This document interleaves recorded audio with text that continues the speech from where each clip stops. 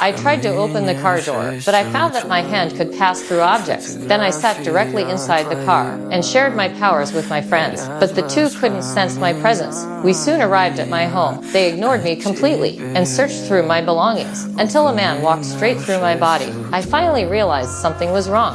Then from their conversation I learned that I had already been murdered. I couldn't believe it, so I decided to find out the truth. I followed the two to the crime scene. When I got closer, I was terrified. A body lay under a big tree, and it looked exactly like me. There were numbers written on its arm, but no one knew what they meant. Now I finally believed I was dead. I returned home and pieced together all the clues, but I still didn't know who the killer was. So I went to the police station and secretly entered the archive room to search for clues. Suddenly, two officers came in. I froze immediately. Luckily, they didn't notice anything. They just thought the files had been left out. Only one female detective cared about my case. She was examining the evidence from the scene. Suddenly, I noticed that in a group photo with my friends, the murder weapon appeared clearly. So I went to my friend's house and furiously questioned her, but she couldn't hear me because I was a ghost. I could only smash a cup on the ground and smash the cup again to vent my anger. My friend thought she was hallucinating. Then her brother came down after hearing the noise. My friend said she was heartbroken by my death because we had been friends for 8 years. Seeing her like this, I no longer suspected her. But that's when her brother said he hated women so much. I was a little surprised, so I curiously entered the brother's room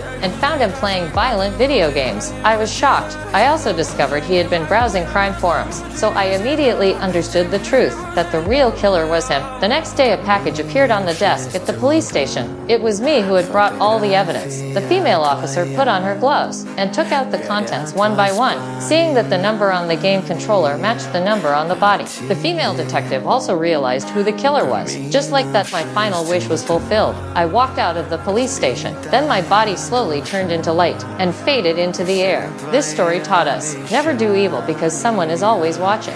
So do people become souls after they die? Please comment.